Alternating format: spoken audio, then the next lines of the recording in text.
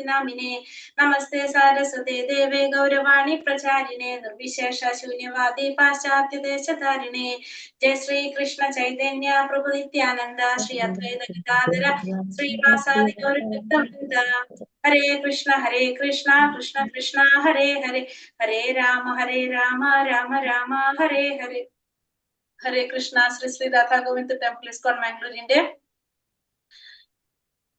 ഈശോപനിഷത്ത് ക്ലാസ്സിലേക്ക് എല്ലാവർക്കും സ്വാഗതം. ഹരേ കൃഷ്ണ. എല്ലാവർക്കും പ്രണാമം. ഹരേ കൃഷ്ണ. ഹരേ കൃഷ്ണ. ഹരേ കൃഷ്ണ. ഹരേ കൃഷ്ണ.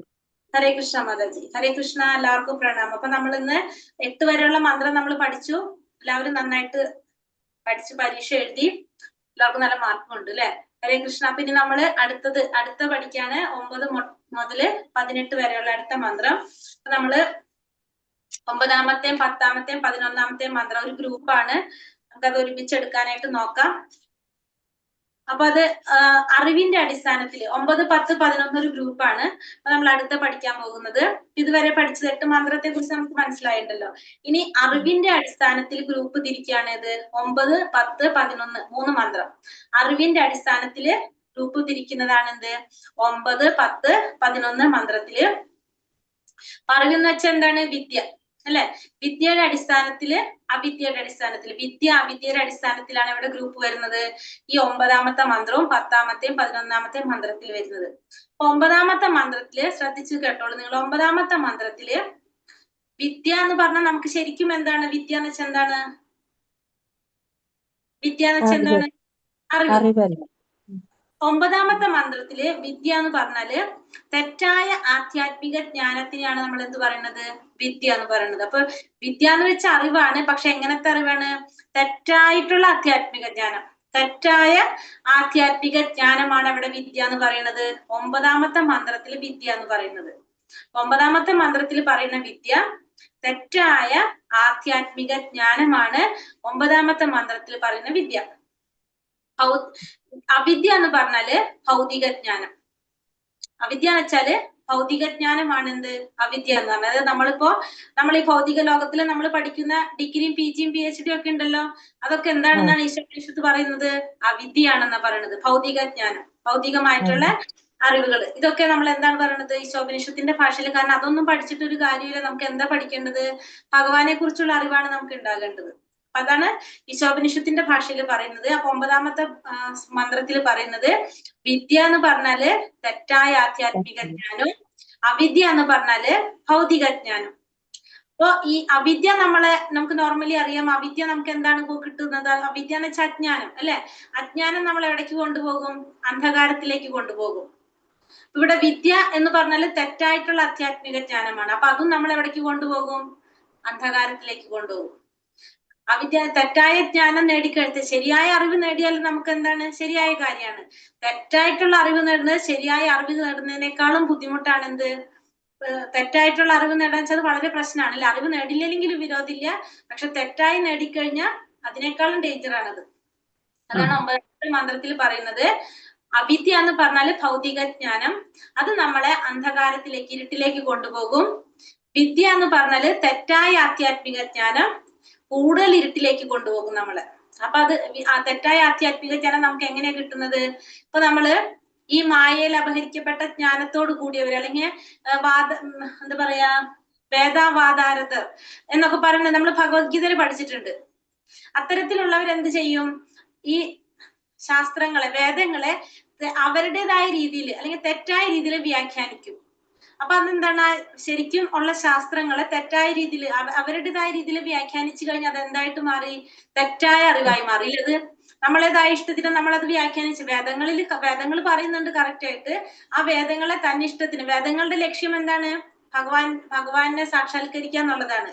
അതിനെ അവരുടേതായ രീതിയിൽ അതിനെ വ്യാഖ്യാനിച്ചു കഴിഞ്ഞാൽ ആ അറിവ് അവർ മറ്റുള്ളവർക്ക് പറഞ്ഞു കൊടുത്താൽ അതെന്താണ്? തെറ്റായ അറിവാണ്. വേദങ്ങളുടെ ലക്ഷ്യം ഭഗവാനെ കുറിച്ച് അറിയുക എന്നുള്ളതാണ്. അവര് പറയാണ് വേദങ്ങളുടെ ലക്ഷ്യം സ്വർഗപ്രാപ്തി നേടാനാണ്, പുണ്യപ്രവർത്തിക്ക് വേണ്ടിയിട്ടുള്ളതാണ് വേദങ്ങളുടെ ലക്ഷ്യം എന്ന് മറ്റുള്ളവർക്ക് പറഞ്ഞു കൊടുത്താൽ അതെന്താണ്? തെറ്റായ അറിവായി, തെറ്റായ ആധ്യാത്മിക ജ്ഞാനമല്ലത്. അപ്പൊ അതെന്താണ്? നമ്മളെ ഇരുട്ടിലേക്ക് കൊണ്ടുപോകും. കാരണം വേദങ്ങൾ നമ്മൾ എന്താ പഠിപ്പിക്കുന്നത്? ഭഗവാനെ കുറിച്ച് അറിയാനാണ് വേദങ്ങൾ. എല്ലാ വേദങ്ങളുടെ ലക്ഷ്യം 15-ാമത്തെ അധ്യായത്തിൽ പറയാൻ ഭഗവാൻ പറയുന്നുണ്ട് അല്ലെ, എല്ലാ വേദങ്ങളുടെ ലക്ഷ്യമാരാണ് ഭഗവാനാണ് എന്ന് പറയുന്നതിന് പകരം തെറ്റായ രീതിയിൽ അതിനെ വ്യാഖ്യാനിച്ച് മറ്റുള്ളവർക്ക് പറഞ്ഞു കൊടുക്കാണ്. വേദങ്ങളുടെ ലക്ഷ്യം അതല്ല, പുണ്യ ഫലങ്ങളാണെന്ന് പറഞ്ഞു കൊടുത്താൽ അതെന്തായി മാറി? തെറ്റായിട്ടുള്ള ആധ്യാത്മിക ജ്ഞാനമായിട്ട് മാറി. അപ്പൊ അത് നമ്മൾ എവിടേക്ക് കൊണ്ടുപോകും? ഇരുട്ടിലേക്ക് തന്നെ കൊണ്ടുപോകും. അതാണ് ഈ 9-ാമത്തെ മന്ത്രത്തിൽ പറയുന്നത്. വിദ്യ എന്ന് പറഞ്ഞാല് തെറ്റായിട്ടുള്ള ആധ്യാത്മിക ജ്ഞാനം, അവിദ്യ എന്ന് പറഞ്ഞാല് ഭൗതിക ജ്ഞാനം. ഇത് രണ്ടും നമ്മൾ എവിടേക്ക് കൊണ്ടുപോകും? അന്ധകാരത്തിലേക്ക് കൊണ്ടുപോകും. മനസ്സിലായോ? 10-ാമത്തെ മന്ത്രത്തിൽ പറയുന്നത് വിദ്യ എന്ന് പറയുന്നത് ശരിയായ ആധ്യാത്മിക ജ്ഞാനം. വിദ്യ എന്ന് പറഞ്ഞാൽ അവിടെ എന്താണ്? ശരിയായ ആധ്യാത്മിക ജ്ഞാനമാണ് വിദ്യ എന്ന് പറയുന്നത്. 10-ാമത്തെ മന്ത്രത്തിൽ പറയുന്നു വിദ്യ എന്ന് പറയുന്നത് തെറ്റായ 10-ാമത്തെ മന്ത്രത്തിൽ പറയുന്നത് വിദ്യ എന്ന് പറയുന്നത് ശരിയായ ആധ്യാത്മിക ജ്ഞാനം, അതായത് ഭഗവാൻ മനസ്സിലാക്കുക, ശരിയായ അറിവ്, അതാണ് വിദ്യ.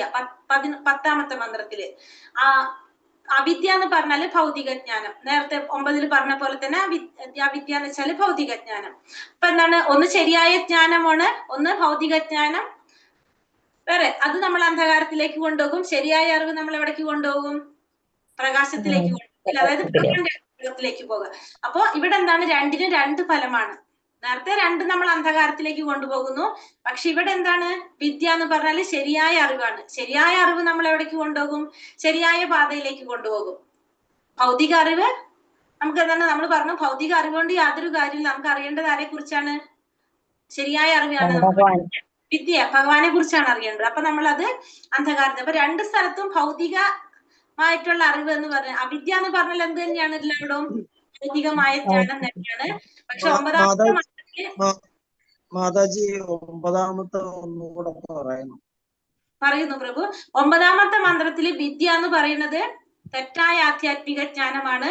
10-ാമത്തെ മന്ത്രത്തില് വിദ്യ എന്ന് പറയുന്നത് ശരിയായ ആധ്യാത്മിക ജ്ഞാനമാണ്.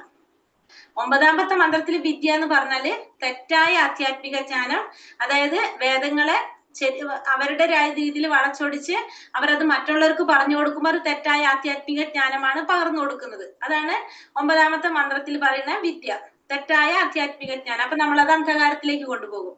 10-ാമത്തെ മന്ത്രത്തിൽ വിദ്യ എന്ന് പറഞ്ഞാൽ ശരിയായ അറിവാണ്. നമ്മൾ എവിടേക്ക് കൊണ്ടുപോകും? പ്രകാശം, അതായത് വേറൊരു ഫലമാണ് കൊണ്ട് കിട്ടുന്നത്.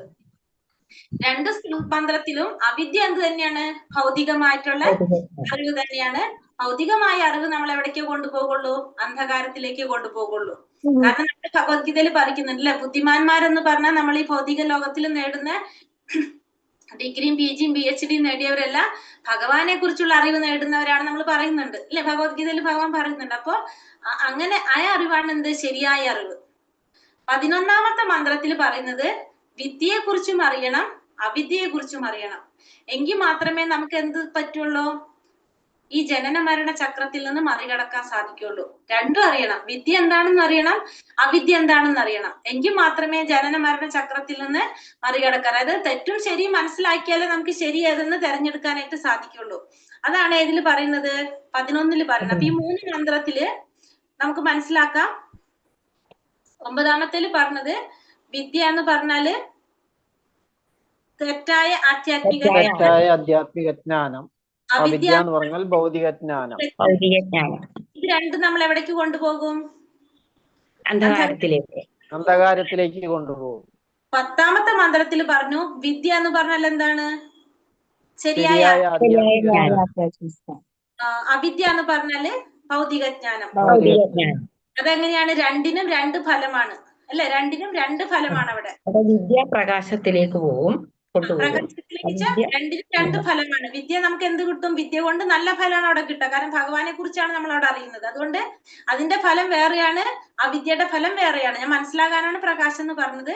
വിദ്യ എന്ന് വെച്ചാൽ ഭഗവാനെ കുറിച്ച് അറിവായതുകൊണ്ട് അത് നല്ല ഫലമാണ് അതിന് കിട്ടുന്നത്. അതിന്റെ ഫലം വേറെ, അവിദ്യയുടെ ഫലം വേറെ. 11-ാമത്തെ മന്ത്രത്തിൽ പറയണത് രണ്ടും അറിയണം. നമുക്ക് വിദ്യയെ കുറിച്ചും അറിയണം, അവിദ്യയെ കുറിച്ചും അറിയണം. എങ്കിൽ മാത്രമേ നമുക്ക് എന്ത് സാധിക്കുള്ളൂ? ഈ ജനന മരണ ചക്രത്തിൽ നിന്ന് മറികടന്ന് ഭഗവാന്റെ പാദം പോകാനായിട്ട് സാധിക്കുള്ളൂ. അതാണ് ഈ 3 മന്ത്രത്തില് പറയുന്നത്. നമുക്ക് നോക്കാം. ഇനി നമുക്ക് ഇത് എടുക്കുമ്പോ ഒന്നും കൂടി ക്ലിയർ ആവും. ശ്രീ ശ്രീ രാധാ ഗോവിന്ദ് കി ജയ്, ശ്രീ പ്രഭുപാദ് കി ജയ്. അപ്പൊ മന്ത്രം 9 തൊട്ട് 11 വരെ അറിവിന്റെ അടിസ്ഥാനത്തിലാണ് എന്ത് ഗ്രൂപ്പ് തിരിക്കുന്നത്. അപ്പൊ നമുക്കത് നോക്കാം.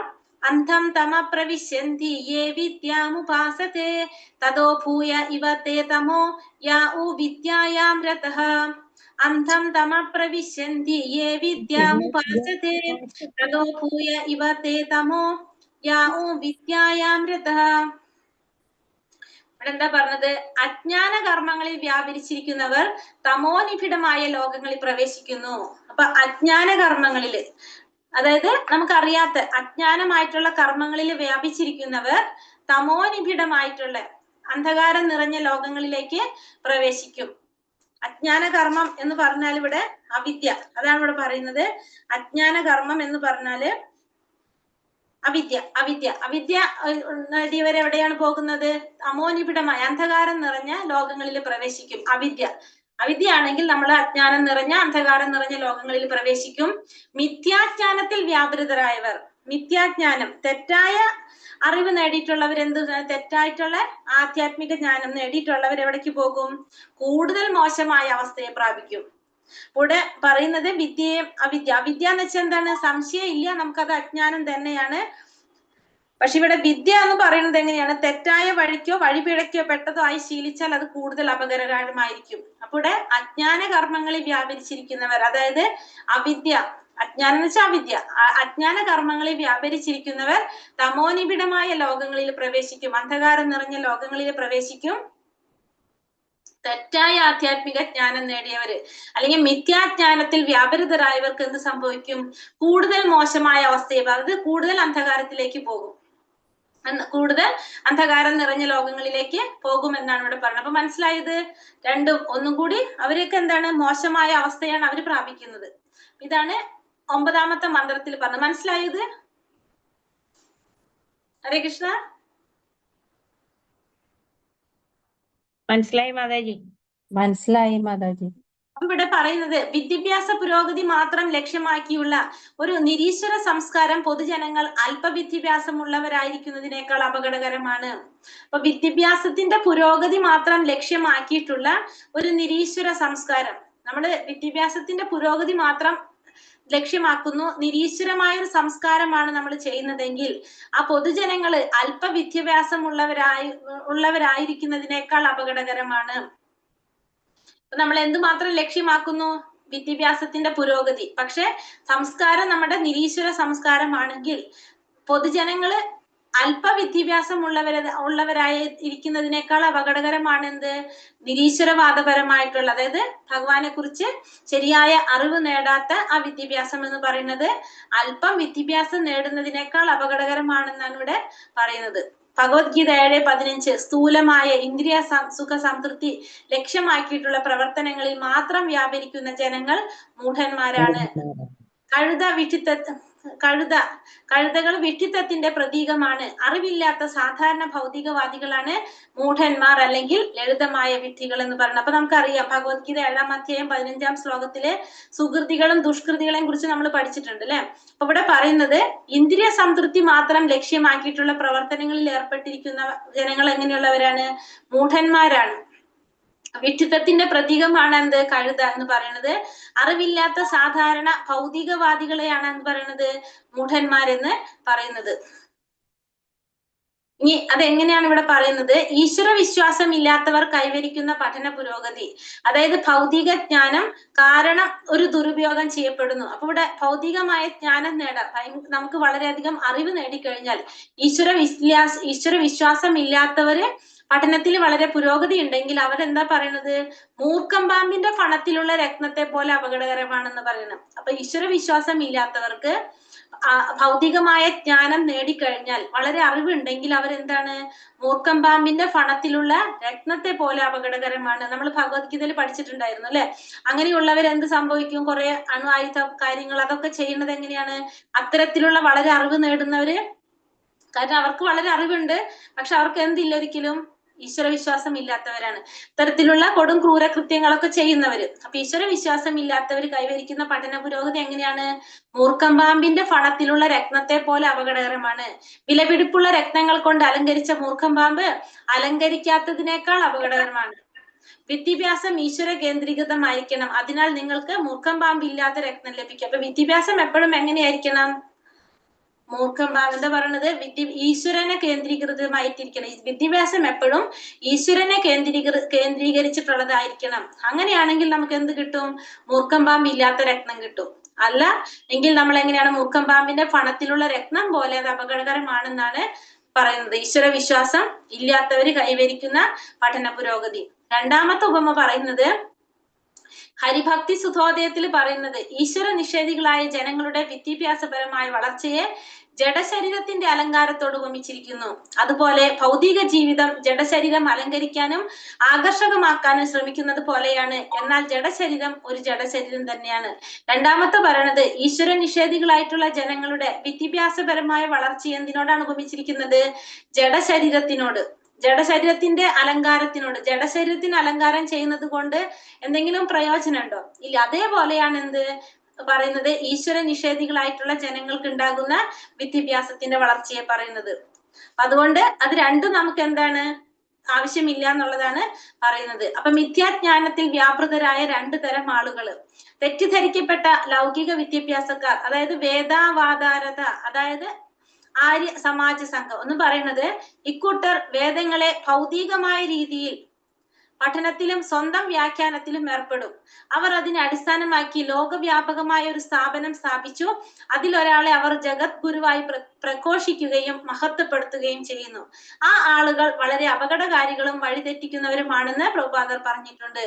ഇവിടെ വേദവാദരത എന്ന് പറഞ്ഞാല് ഇവരെന്താ ചെയ്യുന്നത്? വേദങ്ങളെ ഭൗതികമായ രീതിയിൽ അവർ വ്യാഖ്യാനിക്കുന്നു. പിന്നെ എങ്ങനെയാണ് ചെയ്യുന്നത്? അതിനെ അടിസ്ഥാനമാക്കി അവർ ലോകവ്യാപകമായ രീതിയിൽ ഒരു സ്ഥാപനം സ്ഥാപിക്കും. അവർക്ക് ഇഷ്ടമുള്ള ഒരാളെ, അതിലൊരാളെ അവർ ആരായിട്ട് മാറ്റും? ജഗത് ഗുരുവായിട്ട് മഹത്വപ്പെടുത്തും. ഇത് എന്ത് ചെയ്യാൻ? ആളുകളെ തെറ്റിദ്ധരിപ്പിക്കപ്പെടാൻ, അത് അപകടകരമാണെന്ന് പ്രഭുപാദർ പറഞ്ഞു. അതാണ് നമ്മൾ പറഞ്ഞ തെറ്റായ അറിവ് കൊടുക്കുന്നവര്, വേദവാദരത എന്ന് പറയുന്നത്. വിദ്യാം രഥ, വിദ്യ എന്ന് വെച്ചാൽ വേദപഠനം, രഥ വ്യാപൃതനാവുക. പിന്നെ പറയുന്നത് ആചാര്യന്മാരുടെ ഉപദേശങ്ങൾ പാലിക്കാതിരുന്നാല് വേദങ്ങളുടെ യഥാർത്ഥ ലക്ഷ്യത്തെ കുറിച്ച് അവർ അജ്ഞരാകും. അതും നമ്മൾ എന്തിലേക്ക് കൊണ്ടുപോകും? അജ്ഞതയിലേക്ക് കൊണ്ടുപോകും. രണ്ടാമത്തെ കാര്യം പറയണത് ഗുരുക്കന്മാരുടെ, ആചാര്യന്മാരുടെ ഉപദേശങ്ങൾ നമ്മൾ പാലിച്ചില്ലെങ്കിൽ നമ്മുടെ എന്താ സംഭവിക്കുന്നത്? വേദങ്ങളുടെ യഥാർത്ഥ ലക്ഷ്യത്തെ കുറിച്ച് നമ്മൾ അജ്ഞരാകും. അപ്പൊ നമ്മളത് എവിടേക്ക് വീഴും? നമ്മൾ അജ്ഞതയിലേക്ക് വീഴും. ആ ഗുരുശിഷ്യ പരമ്പരയിലൂടെ മാത്രമേ വേദങ്ങൾ മനസ്സിലാക്കാൻ കഴിയൂ എന്നറിയാതെ അവർ സ്വന്തം ലക്ഷ്യത്തിന് അനുയോജ്യമായ വേദങ്ങളുടെ അർത്ഥം അന്വേഷിക്കുന്നു. അപ്പൊ ഗുരുശിഷ്യ പരമ്പരയിലൂടെയാണ് നമ്മളിത് മനസ്സിലാക്കേണ്ടത് എന്നറിയാതെ അവരെന്ത് ചെയ്യും? സ്വന്തം ലക്ഷ്യത്തിന് അനുയോജ്യമായ രീതിയിൽ വേദങ്ങളുടെ അർത്ഥം അന്വേഷിക്കുന്നു. അവർ വേദസാഹിത്യത്തിൽ വളരെ പാണ്ഡിത്യമുള്ളവരായി സ്വയം അവതരിക്കുന്നു. പക്ഷെ അവർക്ക് എന്തറിയില്ല? വേദങ്ങളുടെ ഉദ്ദേശത്തിൽ നിന്ന് അവർ പൂർണ്ണമായും വ്യതിചലിക്കുന്നു. അപ്പൊ എല്ലാ വേദങ്ങളുടെ ലക്ഷ്യം ഭഗവാനെ കുറിച്ച് അറിയുക എന്നുള്ളതാണ്. പക്ഷെ ഇവരെന്താണ്? ഇവരാ ലക്ഷ്യത്തിൽ നിന്ന് പൂർണ്ണമായിട്ടും വ്യതിചലിക്കുന്നു. അപ്പൊ ഇങ്ങനെയുള്ളവരെ നമുക്ക് എന്ത് പറയാം? ആ അറിവ് നേടാത്തവരെന്ന് നമുക്ക് പറയാനായിട്ട് സാധിക്കും. മായായ അപഹൃതജ്ഞാനം, അവ്യക്തിഗതവാദികള്, സ്വയം നിർമ്മിത ഈശ്വരന്മാര്. എന്നാൽ ഈശ്വരൻ എങ്ങനെയാണ് മായയിൽ കുടുങ്ങിയതെന്ന് വിശദീകരിക്കാൻ അവർക്ക് കഴിയില്ല. അവരെന്താണ് പറയുന്നത്? എല്ലാം ഭഗവാന്റെ ലീലയാണെന്ന് പറയുന്നു. ഈശ്വരൻ അദ്ദേഹത്തിന്റെ സ്വന്തം ബഹിരംഗ ശക്തിയായ മായയാൽ കുടുക്കാനാവില്ലെന്ന് അവർ സ്വന്തം വ്യക്തിത്വത്താൽ തിരിച്ചറിയാൻ അവർക്ക് കഴിയുന്നില്ല. അവർക്ക് ഭഗവാനെ കുറിച്ചുള്ള അറിവില്ല. കാരണം അവര് അവ്യക്തിഗതവാദികളാണ്, അവ്യക്തിത്വവാദികളാണ് അവര്. അവർക്ക് ഈശ്വരൻ എങ്ങനെയാണ് മായയിൽ കുടുങ്ങിയതെന്ന് കാരണം അവരെ കാഴ്ചയിൽ എങ്ങനെയാണ്? ഈശ്വരൻ മായയിൽ കുടുങ്ങാണ്. കാരണം ഈശ്വരനേക്കാളും വലുതാണ് മായ എന്നാണ് ആര് ചിന്തിക്കുന്നത്? അവർ ചിന്തിക്കുന്നത് ഈശ്വരന്റെ അധീനതയിലാണ് എല്ലാതും എന്നുള്ളത് ആർക്കറിയില്ല? ഈ അവ്യക്തിഗതവാദികൾ ഒരിക്കലും വിശ്വസിക്കില്ല. അവരുടെ വ്യക്തിത്വത്താൽ അവർക്കൊന്നും തിരിച്ചറിയാനായിട്ട് കഴിയുന്നില്ല. സ്വന്തം വ്യക്തിത്വത്താൽ തിരിച്ചറിയാൻ അവർക്ക് കഴിയില്ല. ഭഗവത്ഗീത 2:69 പറയുന്നത് യാനിശ സർവഭൂതാനാം തസ്യാം ജാഗർത്തി സംയമി യസ്യാം ജാഗ്രതി ഭൂതാനി സാനിശ പശ്യതോ മുനെ. സർവ്വജീവജാലങ്ങൾക്കും രാത്രിയാകുമ്പോൾ ആത്മസംയമനം കൈവരിച്ചവൻ ഉണർന്നിരിക്കുന്നു. ഏവരും ഉണർന്നിരിക്കുമ്പോൾ അന്തർമുഖനായ മുനിക്ക് നിശാകാലമാണ്. ഭഗവത്ഗീതയിൽ പറയുന്നത് എല്ലാ ജീവജാലങ്ങൾക്കും രാത്രിയാകുമ്പോ എങ്ങനെയാണ്? ആത്മസംയമനം പാലിച്ച വ്യക്തി ഉണർന്നിരിക്കും. എല്ലാവരും ഉണർന്നിരിക്കുമ്പോഴോ ഈ മുനിക്ക് നിശാകാലമായിരിക്കും. നമ്മൾ ഭഗവത്ഗീതയിൽ പഠിച്ചതാണ്. ഈ ഒരു ശ്ലോകത്തിലും പറയുന്നത് അത് തന്നെയാണ്. അപ്പൊ ഇവിടെ എന്താണ് ഇത്രയുള്ളതിൽ പറയുന്നത്? ഇവിടെ പറഞ്ഞു വരുന്നത് എന്താണ് നമുക്ക് മനസ്സിലാക്കേണ്ടത്? ഹരേ കൃഷ്ണ. ഇപ്പൊ നമ്മൾ ഈ 9ാമത്തെ മന്ത്രത്തിൽ പറയുന്നത് നമ്മൾ അറിവ് നേടുമ്പോ നമുക്ക് എങ്ങനെ വേണ്ടത്? 9ാമത്തെ മന്ത്രത്തിൽ പറഞ്ഞ വിദ്യ എന്ന് പറയുന്നത് തെറ്റായ ആധ്യാത്മിക ജ്ഞാനം നേടാം. അവിദ്യ എന്ന് പറഞ്ഞാല് ഭൗതിക ജ്ഞാനം. ഇത് നമ്മൾ എവിടേക്ക് കൊണ്ടുപോകും? അന്ധകാരത്തിലേക്ക് കൊണ്ടുപോകും. അവിദ്യ ഭൗതികമായ ജ്ഞാനമാണ്. അവിദ്യ നമ്മൾ അന്ധകാരത്തിലേക്ക് കൊണ്ടുപോകും. വിദ്യ കൂടുതൽ മോശപ്പെട്ട അവസ്ഥയിലേക്ക് നമ്മളെ കൊണ്ടുപോകും. കാരണം എന്താണ് പറയണത്? ഒന്ന്, അവിദ്യ എന്ന് വെച്ചാൽ ഭൗതിക ജ്ഞാനമാണ്. വിദ്യ എന്ന് പറഞ്ഞാൽ എന്താണ്? തെറ്റായ ആധ്യാത്മിക ജ്ഞാനമാണ്. അപ്പൊ അത് ആണ് പറയുന്നത്. അത് ഏത് രീതിയിൽ നേടിയാലും അതെങ്ങനെയാ കൊണ്ടുപോകുന്നത്? അന്ധകാരത്തിലേക്ക്, കൂടുതൽ അന്ധകാരത്തിലേക്ക് കൊണ്ടുപോകും. നമ്മളെ കൊണ്ടുപോകുന്നത് എന്നാണ് ഇതിൽ പറയുന്നത്. മനസ്സിലായി? ഇപ്പൊ 9ാമത്തെ മനസ്സിലായി മാതാജി, മനസ്സിലായി. ഇനി 10ാമത്തെ മന്ത്രത്തിൽ നമ്മൾ എന്താ കണ്ടത്? രണ്ട് ഫലമാണ് തരുന്നത് അല്ലെ? 10ാമത്തേല് പറഞ്ഞത് ശ്രീ ശ്രീ രാധാ ഗോവിന്ദക്ക് ജയ്, ശ്രീല പ്രഭുപാദിക്ക് ജയ്. അന്യത് ഏവാഹുർ വിദ്യയ അന്യത് ആഹൂര വിദ്യയ ഇതി ശുശ്രുമധീരാണാം യേനസ്തത് വിജചക്ഷിരേ. അന്യത് ഏവാഹുർ വിദ്യയ അന്യത് ആഹൂര വിദ്യയ ഇതി ശുശ്രുമധീരാണാം യേനസ്തത് വിജചക്ഷിരേ. ജ്ഞാന സംസ്കാരത്തിൽ നിന്ന് ഒരു ഫലം ലഭിക്കുമെന്നും അജ്ഞതയിൽ നിന്ന് വ്യത്യസ്തമായ ഫലമാണ് സിദ്ധിക്കുന്നതെന്നും വിവേകികൾ വ്യാഖ്യാനിച്ചിട്ടുണ്ട്. അപ്പൊ നമുക്കിവിടെ വിദ്യയിൽ നിന്ന് ഒരു ഫലം ലഭിക്കും, അവിദ്യയിൽ നിന്ന് വേറൊരു ഫലമാണ് ലഭിക്കുന്നതെന്ന് ആരിൽ നിന്ന് കേട്ടിട്ടുണ്ട്? വിവേകികളിൽ നിന്ന്, അല്ലെങ്കിൽ ഒരു ധീരനിൽ നിന്ന് കേട്ടിട്ടുണ്ടെന്നാണ് പറയുന്നത്. ധീരനിൽ നിന്ന് കേട്ടിട്ടുണ്ട്. വിദ്യ കൊണ്ട് ഒരു ഫലം, അവിദ്യ കൊണ്ട് വേറൊരു ഫലം ലഭിക്കുമെന്ന് വിവേകികൾ വ്യാഖ്യാനിച്ചിട്ടുണ്ടെന്നാണ് 10ാമത്തെ മന്ത്രം പറയുന്നത്. അപ്പൊ വിദ്യ കൊണ്ട് ഒരു ഫലം കിട്ടും, അവിദ്യ കൊണ്ട് വേറൊരു ഫലം കിട്ടുന്നാണ് എന്ത് പറയണത്? വിവേകികൾ പറഞ്ഞിട്ട് കേട്ടിട്ട്, അല്ലെങ്കിൽ ധീരന്മാരിൽ നിന്ന് കേട്ടിട്ടുണ്ടെന്നാണ് 10ാമത്തെ മന്ത്രത്തില് പറയുന്നത്. 10ാമത്തെ മന്ത്രത്തില് ഇനി പറയണത് ആ ജ്ഞാനത്തെ കുറിച്ച്. ഭഗവത്ഗീത 8ാം അധ്യായം 13ാം അധ്യായം 8 മുതൽ 12 വരെ ശ്ലോകങ്ങളില് എന്തൊക്കെയാണ് ജ്ഞാനം എന്നും അതല്ലാത്തത് മുഴുവൻ അജ്ഞാനമാണെന്നും ഭഗവാൻ പ്രഖ്യാപിക്കുന്നുണ്ട്. ഭഗവത്ഗീത 13ാം അധ്യായത്തില് 8 മുതൽ 12 വരെയുള്ള ശ്ലോകങ്ങൾ അതാണ് ഇവിടെ കൊടുത്തിരിക്കുന്നത്. അന്ന് ഞാനത് വായിക്കാൻ ബുക്കിലുള്ളത്.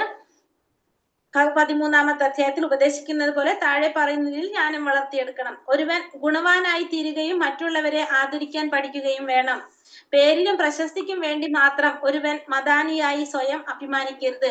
ഇത് നിങ്ങൾ ബുക്കിലുള്ള നോക്കിയാൽ മതി. ഭഗവത്ഗീത 13ാമത്തെ അധ്യായം 8 മുതൽ 12 വരെ ശ്ലോകത്തിൽ പറഞ്ഞിരിക്കുന്ന എന്താണ് ജ്ഞാനം എന്ന് പറഞ്ഞത്. സ്വന്തം പ്രവർത്തികളാലും മനസ്സിന്റെ ചിന്തകളാലും വാക്കുകളാലും ഒരാൾ മറ്റുള്ളവർക്ക് ഉത്കണ്ഠയുണ്ടാക്കാനുള്ള നിമിത്തമാകരുത്. മറ്റുള്ളവരിൽ നിന്ന് പ്രകോപനം നേരിട്ടാൽ പോലും ഒരാൾ ക്ഷമ പാലിക്കണം. മറ്റുള്ളവരുമായി ഇടപഴകുമ്പോൾ കാപട്യം ഒഴിവാക്കണം. അനുക്രമമായി ആത്മീയ സാക്ഷാത്കാരത്തിലേക്ക് നയിക്കാൻ പറ്റിയ വിശ്വാസിനായ ഒരു ആചാര്യനെ അന്വേഷിച്ച് കണ്ടെത്തണം. ഒരാൾ അത്തരം ആത്മീയ ഗുരുവിൽ നിന്ന് സ്വയം സമർപ്പിച്ച് സേവനം നടത്തി പ്രസക്തമായ ചോദ്യങ്ങൾ ഉന്നയിക്കേണ്ടതാണ്. ആത്മസാക്ഷാത്കാരത്തിന്റെ തലത്തിലേക്ക് ഉയരാൻ ഒരാൾ വേദശാസ്ത്രങ്ങളിൽ നിർദ്ദേശിച്ചിട്ടുള്ള നിയമ നിബന്ധനകൾ അനുസരിക്കണം. വേദശാസ്ത്രങ്ങളിൽ ഉറച്ചു നിൽക്കണം. ആത്മസാക്ഷാത്കാരത്തിന് വിഘാതമായി നിൽക്കുന്ന സകല വ്യാപാരങ്ങളിൽ നിന്നും ഒരാൾ പൂർണ്ണമായും ഒഴിഞ്ഞു നിൽക്കണം. സ്വന്തം ശരീര നിവർത്തിക്ക് ആവശ്യമായതിൽ കവിഞ്ഞ് ഒന്നും ഒരാൾ സ്വീകരിക്കരുത്. സ്ഥൂലമായ ഈ ഭൗതിക ശരീരമാണ് താനെന്ന് തെറ്റിദ്ധരിക്കുകയോ ശരീരവുമായി ബന്ധപ്പെട്ടതെല്ലാം തൻ്റെതാണെന്ന് കരുതുകയോ ചെയ്യരുത്. ഭൗതിക ശരീരത്തിൽ നിൽക്കുന്ന കാലത്തോളം പുനർജന്മം, രോഗം, മരണം മുതലായ ഭൗതിക ക്ലേശങ്ങൾ ഒരാൾക്ക് അനുഭവിക്കേണ്ടി വരുമെന്ന് എപ്പോഴും ഓർക്കണം. ഭൗതിക ശരീരത്തിന്റെ ഇത്തരം ക്ലേശങ്ങൾ ഒഴിവാക്കാനുള്ള പദ്ധതികൾ ആസൂത്രണം ചെയ്യുന്നത് കൊണ്ട് പ്രയോജനമില്ല. ആത്മീയ വ്യക്തിത്വം വീണ്ടെടുക്കാനുള്ള മാർഗം കണ്ടെത്തുകയാണ് ഏറ്റവും നല്ല ഉപായം. ആത്മീയ പുരോഗതിക്ക് ആവശ്യമായ ജീവിതാവശ്യങ്ങൾ കവിഞ്ഞ് ഒന്നിലും ആസക്തി പുലർത്തരുത്. ശാസ്ത്രങ്ങൾക്ക് അനുശാസനങ്ങൾക്ക് അധികമായി ഗൃഹപുത്ര കളത്രാദികളിൽ അത്യാസക്തി പുലർത്തരുത്. ഇഷ്ടാനിഷ്ടങ്ങളിൽ സന്തോഷിക്കുകയോ ദുഃഖിക്കുകയോ ചെയ്യരുത്. ഇത് കേവലം മനസ്സിനാൽ സൃഷ്ടിക്കപ്പെടുന്നതാണെന്ന് മനസ്സിലാക്കണം. പരമപുരുഷനായ ശ്രീകൃഷ്ണന്റെ അചഞ്ചലമായ ഭക്തനായി തീരുകയും അവിടുത്തെ ഭക്തിയുടെ സേവനത്തിൽ ശ്രദ്ധയുള്ളവനായി തീരുകയും വേണം.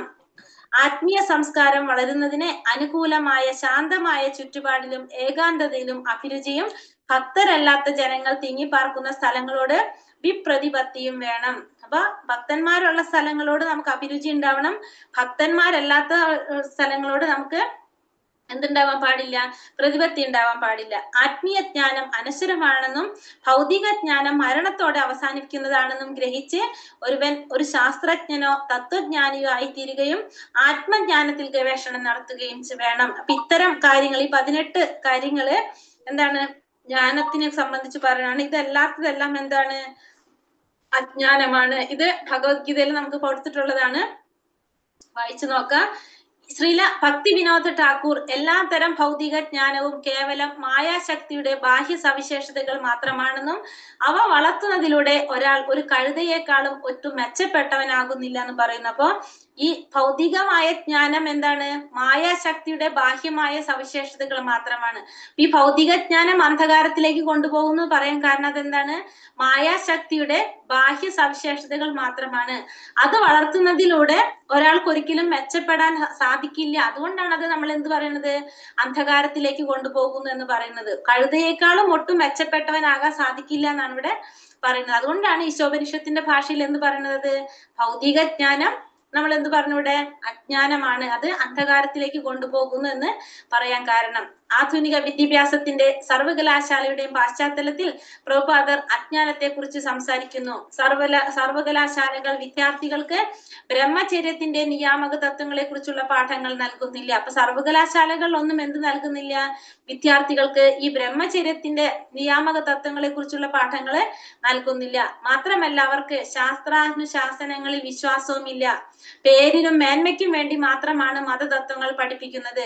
ഭൗതിക ജ്ഞാനത്തിന്റെ വളർച്ചയിലൂടെ ആധുനിക മനുഷ്യൻ കേവലം ഒരു കഴുതയായി മാറപ്പെടുകയാണ് ചെയ്യുന്നത്. അപ്പൊ ഭൗതിക ജ്ഞാനം കൊണ്ട് ഒരു മനുഷ്യൻ എന്താ സംഭവിക്കുന്നത്, ഒരു കഴുതയായിട്ട് മാറ്റപ്പെടുകയാണെന്നാണ് ഇവിടെ പറയുന്നത്. അതുകൊണ്ടാണ് ഭൗതിക ജ്ഞാനം അന്ധകാരത്തിലേക്ക് നയിക്കുന്നതെന്ന് പറയുന്നത്.